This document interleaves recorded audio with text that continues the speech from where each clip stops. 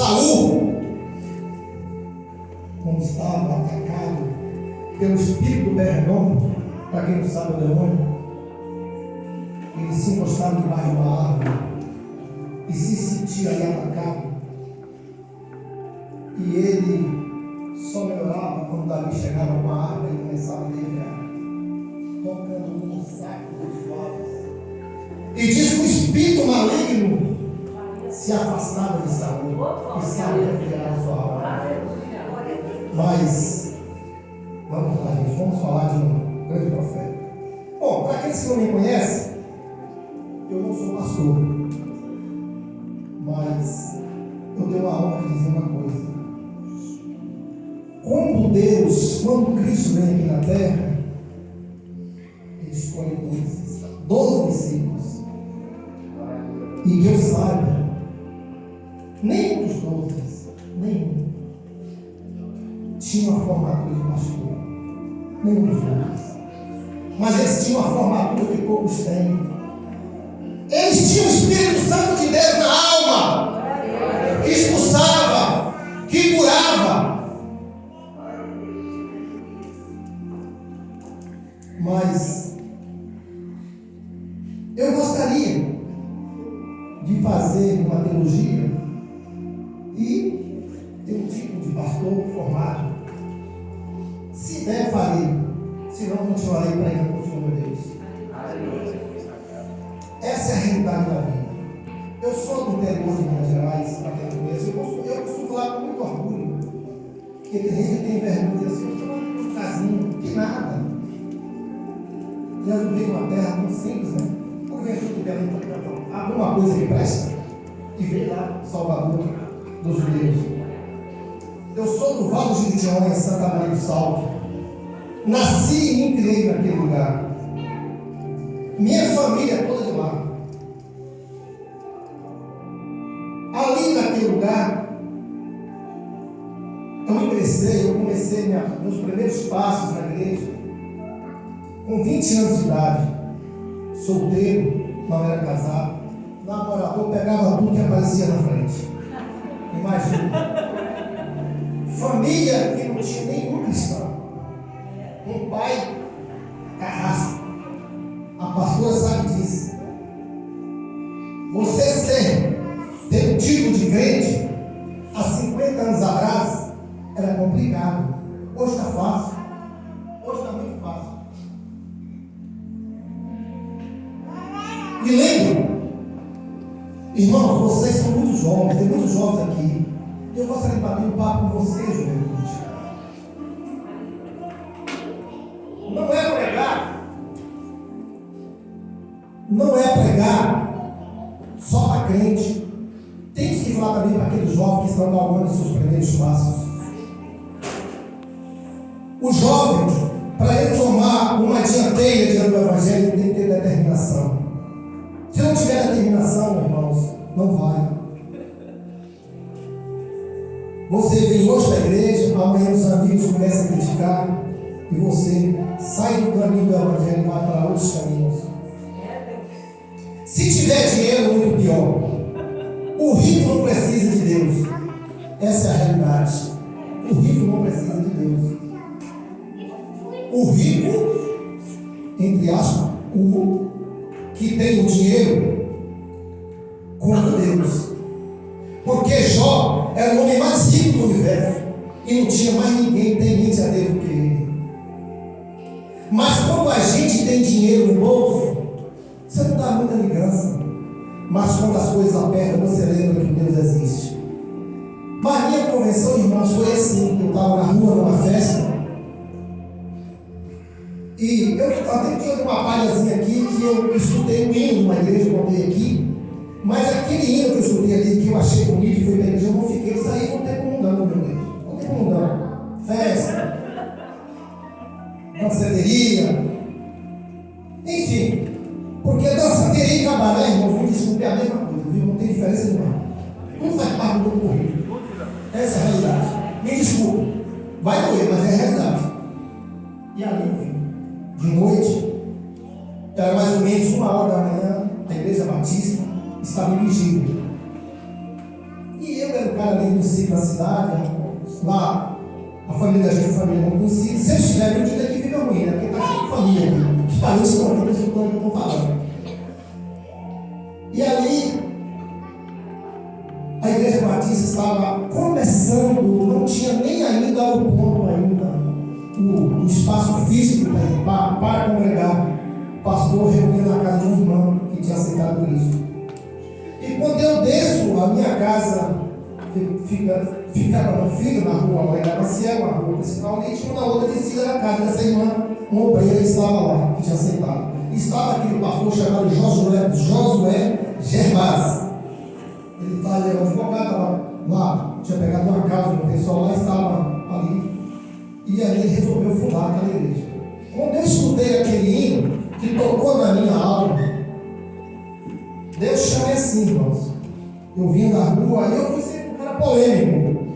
Eu fui sempre um cara polêmico. Nunca corri de parada. Enfrentei as piores coisas que vocês podem imaginar. Não vou aqui, porque ela não vai adiantar, mas pode ser que um momento eu falarei. Mas ali eu vim. E quando eu cheguei, eu escutei, eles estavam fazendo uma oração, e depois da oração, quando eu bati na porta. Eu escutei que a irmã Raíla perguntou assim: quem é? Eu falei: Carluxo.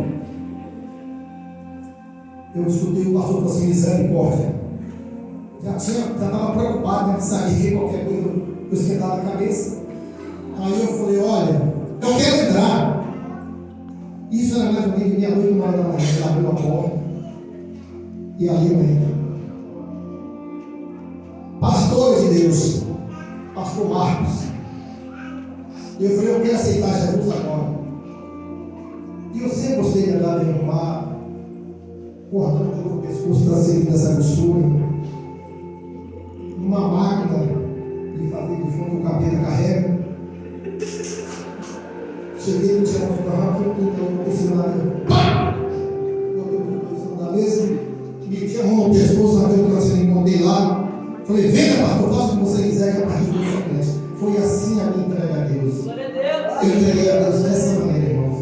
Não entreguei a Deus por infiltração, com nada de errado, roubo, droga, nada. Eu aceitei a Deus assim. Ele me chamou dessa maneira, porque Deus chama da maneira que Ele quer e como Ele quer, Deus da maneira que Ele quer. Então, irmãos, vocês que são jovens, vocês, nessa caminhada evangélica, vocês têm que ter determinação, porque o mundo oferece tudo que não presta. Eu estava comentando com o meu irmão que está sentado ali. Ele tinha um hotel em Coronel Fabriciano. Eu tinha 15 anos de idade. Para lá eu fui. Fui embora. Meu pai ia ter preocupado de acontecer alguma coisa comigo. Eu comprava uma briga. Eu não fazia briga, eu comprava. Se tivesse um carinho batendo mais claro, eu comprava uma briga. E aí eu falei: quando embora, ele pode complicar a briga aqui. Ele não, mas me leva. E lá nós estávamos, comecei a estudar no Coronel Fabriciano. E tinha 2 rapazes lá. Eles fumavam tanta maconha, irmão, mas tanta maconha, que quando faltava, eles faziam de folha de chuchu e outro objeto, que eu não me lembro direito. Ele tentou me ensinar a fumar maconha de todo jeito. O irmão também sabe assim. E o que acontece? Eu falei: mas eu não sei. Esse troço não entra na minha, não está fazendo efeitos. Fume assim, rapaz. Coloca o cigarro na boca e faz assim, ó.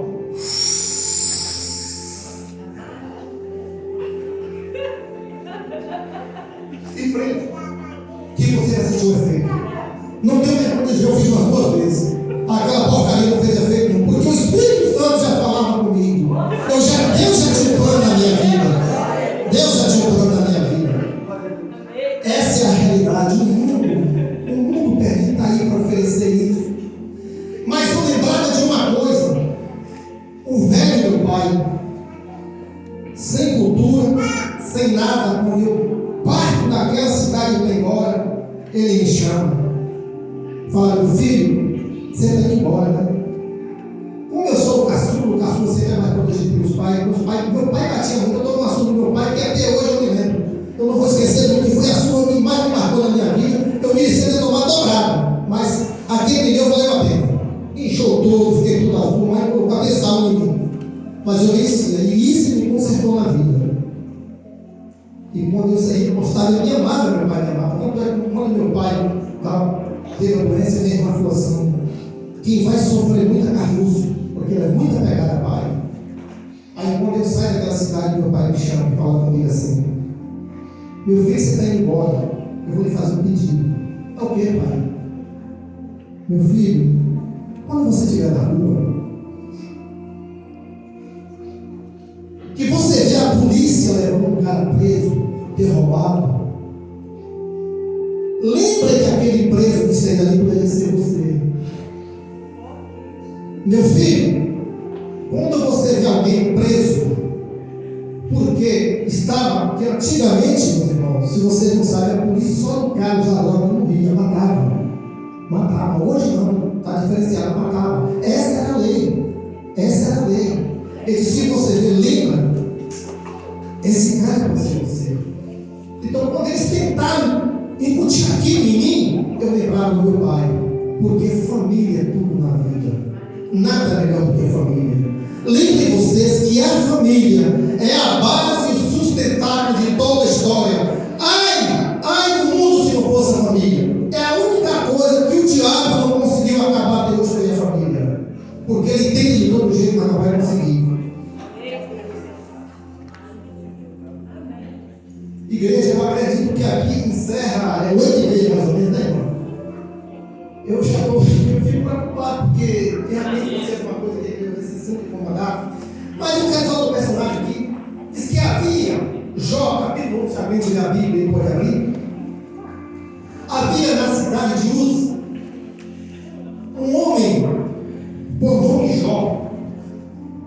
A Bíblia diz no capítulo 1 que esse homem era íntegro, reto e temente a Deus, e que se desviava do mal. Olha só, esses adjetivos que deu a Jó, não foi ninguém, foi o próprio Deus. E a Bíblia nos revela no capítulo 1 ainda que estava Deus, os anjos vieram reunir com Deus, os filhos de Deus vieram reunir com Deus, e naquela reunião apareceu Satanás. E se nós observarmos aqui, irmãos, tudo indica que Deus estava na mansão celestial. Porque se os filhos de Deus vieram reunir com o Senhor e Satanás aparece, Deus estava na terra. Porque olha a pergunta que Deus faz a Satanás. Se Deus faz essa pergunta a esse pé redondo, tudo indica que Deus estava na mansão celestial. Que se Deus não tivesse na mansão celestial, ele não falaria para Jó: por onde anda Satanás? Satanás vai lá e responde: de rodear a terra. Então, Deus não estava na terra. Se ele fez essa pergunta para Satanás, Satanás foi ao encontro de Deus, e lá Deus provava o diabo. Interessante aqui, irmãos, que Deus provoca. Deus não tinha que provocar o Satanás, mas Deus provoca para testar a fidelidade daquele filho dele na terra. Por onde anda Satanás? E ele responde: rodear a terra. Observaste meu servo Jó, e não viste que não há um na terra igual a ele, um homem reto, temente e íntegro, e que se desvia do mal continuamente. Satanás vira para ele e fala: nem puderas. Deu tudo o que ele quer. Tudo que o homem coloca a mão vira dinheiro. Tem tudo, cercastes ele de bens, sua casa e tudo que lhe pertence. Mas permita que eu toque nos seus bens e verás se eu não blasfemo contra ti. Irmãos, o que nos deixa entender? Satanás quis dizer para Deus que nós vamos nos incluir nessa toda a igreja, que o ser humano procura a Deus por causa desse aqui, o dinheiro. Satanás quis desmascarar a Deus, que o homem só chega a Deus, segue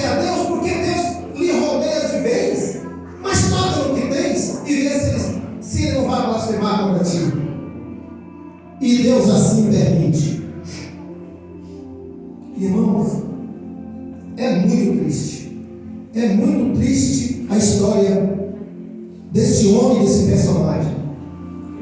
E diz que naquele momento o diabo volta e a primeira coisa que ele faz, ele usa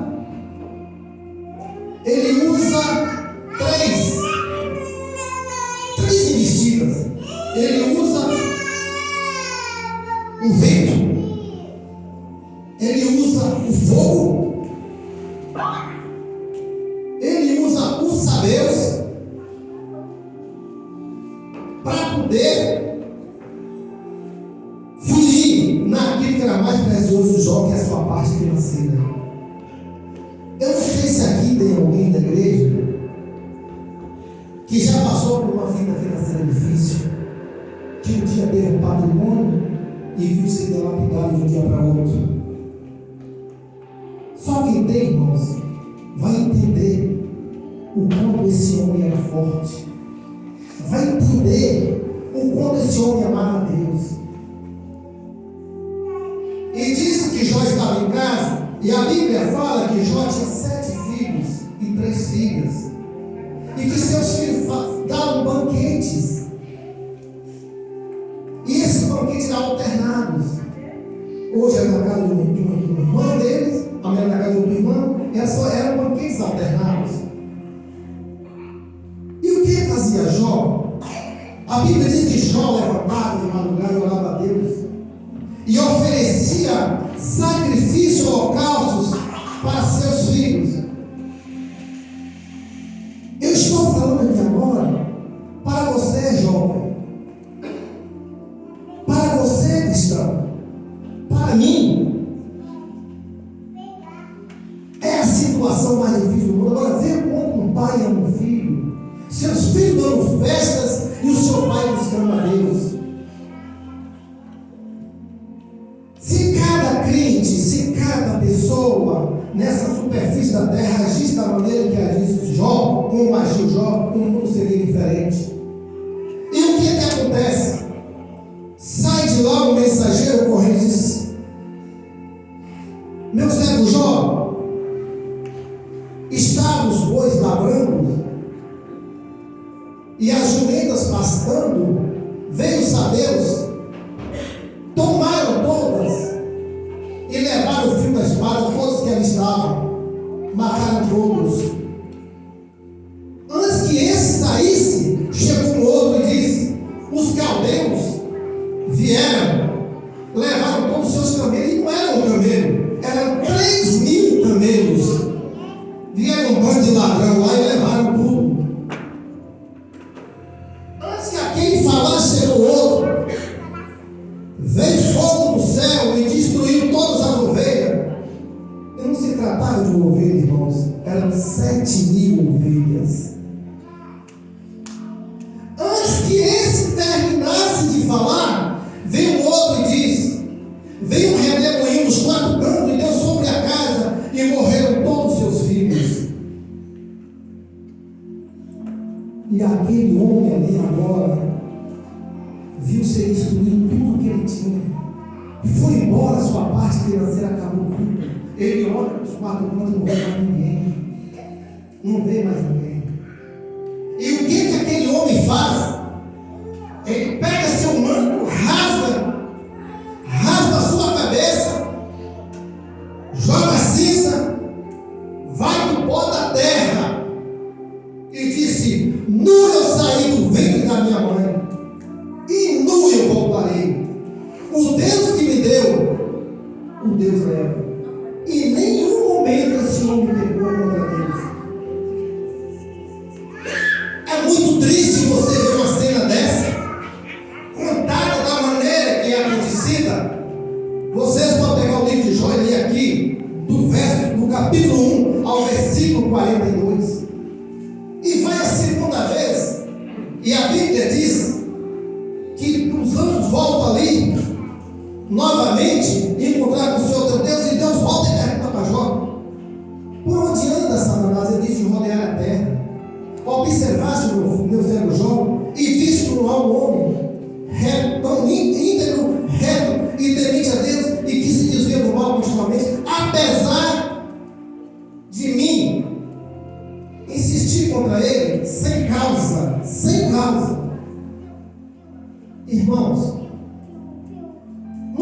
de hoje que nós vivemos, será que nós estamos preparados? Será que nós estamos preparados para uma situação dessa? Uma situação dessa que você ignora tudo. Um pai enterrar 10 filhos de uma vez só. Não foi um dia, nem 3, nem 10, um ano. Foi um dia, foi só num dia. Ele perde tudo que ele tinha. E aquele homem vai para o pó da terra. E aí eu pergunto, igreja, vocês vão ver depois,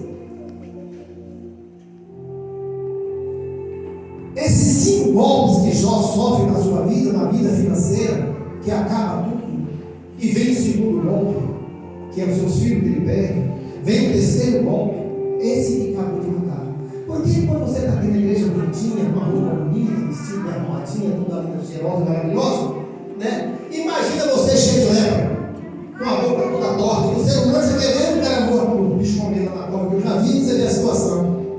Tão bonitinha, tudo bom, agora esse homem cai doente. Quando o diabo volta ali, e Deus provoca ele novamente, ele diz, mas também não delas. O que o homem tem? O homem tem família. Então toque na sua pele, toque nos seus ossos, mas não toque na sua vida. E diz que aquele homem volta, todo coberto de chaga, seu corpo todo ferido. Ele volta para a terra, de novo para a cinza, e ali ele começa a derramar perante Deus. Aquele homem começa a questionar Deus. Diz que Jó faz 16 queixas a Deus. Meu Deus, por quê? Por quê? Por quê? Por quê, Senhor? Por que tu fizeste isso comigo, Senhor? E Deus não responde. E Deus não responde nenhuma das queixas de Jó. Levanta 3 amigos, vieram de longe, e quando viram Jó naquela situação, eles olharam de longe. Olharam assim, e diz a Bíblia que aqueles homens começaram a chorar, arrancaram suas roupas, rasgaram seus mantos e foram para a cinza. Passaram 7 dias na cinza, sem dar uma palavra sequer. E aquele homem sofrendo, gemendo, seu corpo todo chagado. E eles ali, sem dar uma palavra. Quando completa 7 dias, aqueles homens começam a fazer teologia sobre Jó. Diz que toda causa tem um efeito e todo efeito tem uma causa. Se ele está doente assim, se ele está sofrendo assim, ele deve. Para estar sofrendo, mas muito sofrendo é porque ele deve muito. Mas ele esqueceu de uma coisa. Quem adjetivou Jó e disse que ele era um homem reto, íntegro, temente a Deus, foi o próprio Deus. Aquele homem não tinha defeito algum. Aquele homem não tinha nada. Aquele homem não blasfemou contra Deus em nada. Mas aquele homem volta a perder a causa principal. Aquele homem não volta a perder a sua família. Não tem mais nada pesado na vida do que a família. Família é coisa sagrada de Deus e ele perde a família. Vai na Bíblia, irmão, e vê se alguém da família de Jó aparece. Sumiu todos. Sumiram todos. Sumiu o pai. Sumiu os irmãos. Não tinha ninguém. Foi-se a glória de Deus na vida de Jó, irmão. É triste isso. Se você olhar, irmão, não tem nada na vida claro que a família é sustentável, é a base de todos nós. E ele perdeu a peça principal, que foi sua esposa. E quando disse que a esposa chegou perto dele e falou: homem, ainda protege a tua integridade de Deus. Amaldiçoa esse moço, teu Deus e morra, homem. Tenha dignidade pelo menos para morrer. Irmãos, é triste. E Jó veio para aquela mulher e disse: tu falas com uma louca. Eu sei que o meu Redentor.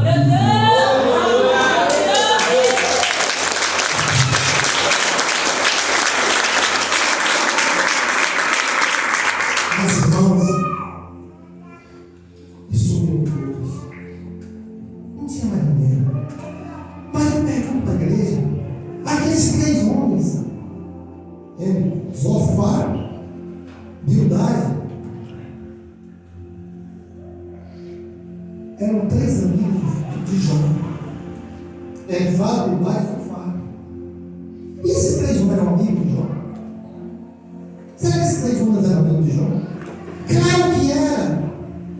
Claro que era. Eles vieram de longe, sentaram na cinza, se condoeram de Jó. Porém, com o passar dos dias, eles viram, eles começaram a fazer teologia sobre Jó. Está assim porque deve, seu ladrão, a riqueza que ele tinha foi roubada das mãos. Esse cara roubou todo mundo, a fazenda que ele tem, roubou, não tem nada dele. Seus filhos morreram, Jó. Eles começaram lá para o próprio Jó. Seus filhos morreram, Jó, porque você cometeu delito diante de Deus. E Jó começa a queixar para Deus. Jó começa a queixar para Deus. Irmãos, é triste. Quando eu leio esse livro de Jó, eu choro muito porque machuca na alma. Machuca na alma, irmãos. Eu vou falar uma Bíblia, eu não vou fazer uma revelação da minha vida aqui, mas vou contar um pequeno detalhe. Um pequeno detalhe.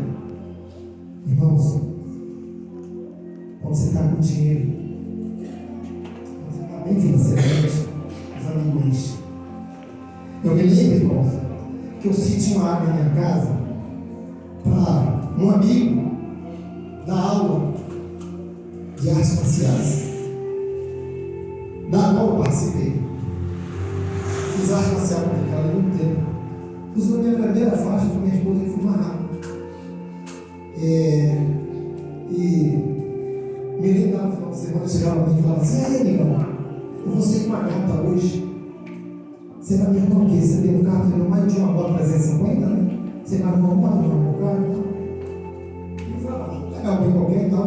Sempre prestei para ele. E tinha uns amigos, foi um cara que foi muito envolvido politicamente, né? Como eu falei aqui para a igreja, eu fui vereador com 24 anos de idade, fui o segundo mais votado da minha cidade. Daquela cidade eu mudei para uma outra de 120 mil habitantes aproximadamente, e ali eu fiz parte, né, das melhores bandejas que vocês podem imaginar. E todos que me viam me convidavam: "O cara vai ter um churrasco, o cara vai ter isso, vão participar essa semana, vai ter tal coisa." Irmãos, Jesus, quando a situação veio, quando eu deixei de cumprir os requisitos de Deus, quando eu deixei de seguir o Senhor teu Deus, Deus vira para mim e fala: "Agora, meu irmão, será que você está pronto para ganhar os trabalhos da vida?" Eu brinquei com Deus, irmãos, mas eu brinquei com Deus demais na cara. E o que acontece? Aqueles amigos que me bajulavam, passavam por mim na rua, nem bom dia dava mais. Então, fique atento vocês. Aqui nessa terra existe um ditado: "Estou me vale que tem, mas no céu é ele que merece." Essa é a realidade da vida. Mas, irmãos, para concluir e não ser muito cansativo, essa é a palavra da noite. Jó sofreu, mas Jó teve uma recompensa como nunca na vida. A Bíblia diz que Deus devolve a Jó tudo o que ele tinha em dobro. Glória a Deus. Tudo. Glória a Deus. Quando Deus volta para Jó, que Deus recompensa Jó tudo aquilo que ele tinha perdido, aí apareceu o pai, apareceu os irmãos de Jó, e aí a sua família aparece. E Jó voltou a ter tudo em dobro. Tudo em dobro. Então, irmãos, nós vivemos um mundo que as pessoas, você tem que entender uma coisa: quando você está no caminho do Senhor, que você está sendo fiel a Ele, pode ficar tranquilo, pode vir o vento, pode te balançar, mas a vitória é certa. Você não tenha dúvida disso, igreja, a vitória é certa. Irmãos, tem uma pequena passagem na Bíblia, no livro de Samuel, capítulo 1, a história de Eli, todo mundo sabe. Tem uma coisa na igreja, irmãos, que eu aprendi na Bíblia, e foi para mim uma irmão, é uma missão. Eu não poderia deixar de falar com vocês aqui. Eu frequentei várias igrejas, várias. A última que eu passei, tem até uma irmã aqui que foi dela. A última que eu passei, irmãos, eles me ensinaram uma coisa: traquetismo. Traquetismo. E foi aí que eu paguei o preço. Irmãos, eu comecei a aprender que ladinho seria governo. Mas a palavra de Deus diz: levai o dízimo à casa do Senhor, e nós vamos abrir a porta dos céus sem medida. Então, irmãos, essa é a realidade. Eu passei a não dar no dízimo, eu já não dava mais. Eu me lembro, irmãos, que eu ganhei uma obra no valor de R$1.333.000. E eu disse a Deus: Senhor, se eu ganhar essa obra, eu darei o dízimo de tudo. E fui disputar a licitação. Tinha 8 concorrentes, com mais de R$1.000. Imagina você, eu ganhei aquela obra, irmãos. Me lembro como hoje. Eu iniciei a minha vida cristã numa igreja lá em Santa Maria do Salto. Aquele pastor ficou com aquela igreja lá em Santa Maria, foi para a Bahia, e lá ele começou a congregar na igreja Peniel. Ele era o responsável por aquela igreja, o pastor presidente. Como eu fiz parte da igreja dele no passado, depois eu fiz parte da outra igreja, que é uma igreja Ritmo Assim, Deus e Amor, mais ou menos nesse naipe. Eu peguei o dinheiro e dividi com as duas igrejas. Falei: pastor, está aqui, ele está aqui, foi aqui que eu comecei. Eles dois foram não sustentaram, né? Religiosamente falando. E aí Deus abriu as portas. Eu ganhei não sei quantas rodas, mas o dobro desse valor que eu tinha ganhado. E a resposta que eu dei a Deus foi: só uma. Eu achei que estava com Deus, corri lá uma fazenda e pipoquei no mundo. E esqueci que Deus existia. E toma de farra, toma isso aqui, toma aquele outro, e eu falei: agora eu vou descer o paciente. Irmão, surra que 5 gêmeos tomaram, eu tomei sozinho. Essa é a realidade. O cacique de Deus foi forte. Você sabe por quê? Qual é o pai que me corrige o filho quando ele está errado? E Deus me corrigiu.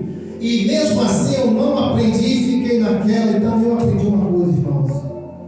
Quando Deus prometeu a terra de Canaã, que Moisés tinha seu povo do deserto e passou, que foi para a terra que manda leite e mel. Quando Moisés estava velho, ele não dividiu a terra. Deus disse a ele: ó, nomeia um sucessor, porque certamente você não entrará na terra prometida. Por um simples ato que Moisés aprendeu, a maioria deveria saber, que foi a água da rocha. Mas, meus irmãos, sabe de vocês uma coisa: Deus é Deus no deserto.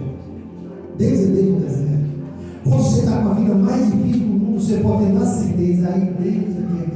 Você sabe por quê? Porque você se humilha, você joelha, você chora, você clama. Foi através do choro de muita súplica que Ana teve um filho na sua esterilidade. Foi com muita oração, com muito chorar, muito gemido, que Deus permitiu que Eli profetizasse que dali nasceria um filho. E ela promete aquele filho que, se nascesse, ela daria para Deus. E assim acontecia com o choro. Você só sabe que Deus é no deserto, irmãos. E foi no deserto que Deus pôde mostrar ao povo de Israel que Ele era Deus. No deserto, Deus foi padeiro, quando derramou a maná do céu. No deserto, Deus foi alfaiate, quando viajava ali 40 anos, a roupa não estragou. No deserto, Deus foi sapateiro, por aquele povo andar tanto tempo e não foi alfaiate no sapato. Aí Deus é Deus. Mas é no deserto que você é Deus. Quando o povo murmurava por causa da água, Moisés, irritado, bateu o cajado para jorrar água, e Deus jogou choro. Mas aí eu quero chegar no dízimo. Vem agora dividir a terra prometida. Eu não sei se a igreja ali sabe. Quem herdou a terra? Só a tribo de Israel são 12. Se os irmãos não sabem, os 12 não herdaram. A terra prometida, quem herdou foi só 11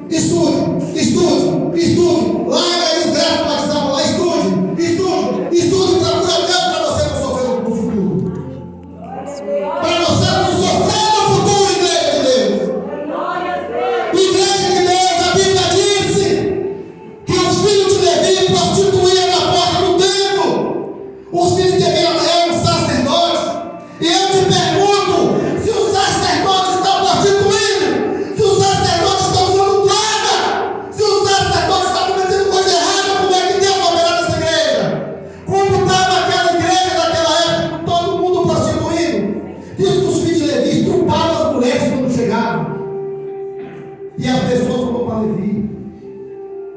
Para Eli, desculpe, para Eli. Eli, seus filhos estão prostituindo. E quem eram os filhos de Eli? Ofni e Ofinéias. Ofni e Ofinéias. Quando teve a guerra, irmãos, que os filisteus roubaram a arca de Deus, diz que os dois filhos de Eli seguiram, porque eles estavam perdendo a guerra. Eram 30 mil judeus, e o povo filisteu era 10 mil, e 10 mil ganharam a guerra, mataram todos os israelitas. E quando aqueles dois homens morrem, que o atalaia chega tocando a flauta, uma música fúnebre, e que ali olhou, o atalaia disse: morreram seus dois filhos. E diz que ele era muito pesado, já velho, cansado, ele cai da cadeira e quebra o pescoço. E a esposa de Finéias estava nos dias de a criança, assim, encheu todos e morreu. E na morte daquela mulher nasce um filho. Esse filho se chama Icaro. E os jovens, quando viu a morte, e os filisteus roubaram a arca da aliança, os jovens, vocês jovens, estou falando para vocês, porque os velhos eram velhos mesmo, não aguentavam ir para a guerra. Deus tinha os jovens ali agora para levantar um pouco, e os jovens começaram a clamar: não chora, vovô, nós construímos a arca, não chora, vovô, a gente faz obra. Mas só os velhos entendiam que a arca era a graça de Deus. E o que significa acabou? Quer dizer, foi-se a glória de Deus, foi embora naquela época. Então, irmão, se aquela igreja estava ali, o responsável, estrupando as mulheres, como estava o resto da igreja? Irmão, você já imagina? Eu falando de Deus aqui hoje,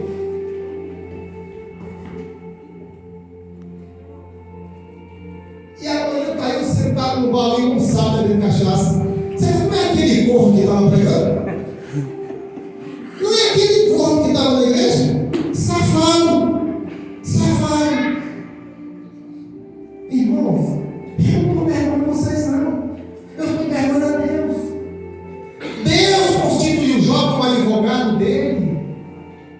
Porque se Jó se curva diante do demônio, Deus fica aí envergonhado. Então, irmãos, é sério. E aí o que aconteceu?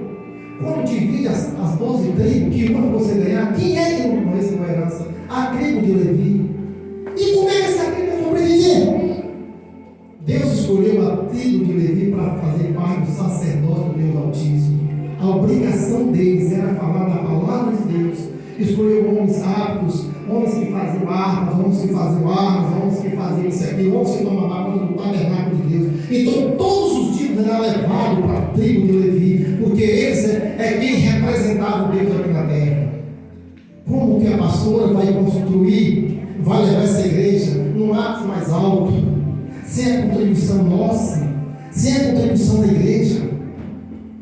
Cada contribuição da igreja, cada dízimo levado, é uma ajuda para que amanhã depois essa igreja cresça. E que esses jovens, como tantos jovens que estão aqui, a vocês, estão amanhã pregando e falando a palavra de Deus. Daqui pode sair obreiros. A palavra de Deus que a ceifa é grande, mas os ceifeiros são poucos. Eu encerro as minhas palavras nessa noite, dizendo a vocês: leia. Deixa a rede social de lado e dedica pelo menos 5 minutos cada dia para Deus. Que Deus abençoe a toda a igreja e que Deus venha falar maravilhosamente no coração de cada um. Aqui eu encerro dizendo assim: meu Deus, perdoa por tudo que eu fiz nessa terra, Pai, mas eu nunca deixei de te amar. Nas curvas da vida, meu Deus, o Senhor sabe que eu sempre defendi teu nome, mas não é o suficiente. Uma pequena palavra Um gesto na rua não vai convencer ninguém do pecado. Ali ela morre. Ali ela morre por um vento que bate na areia, ou por um vento que bate numa palha seca que ela voa.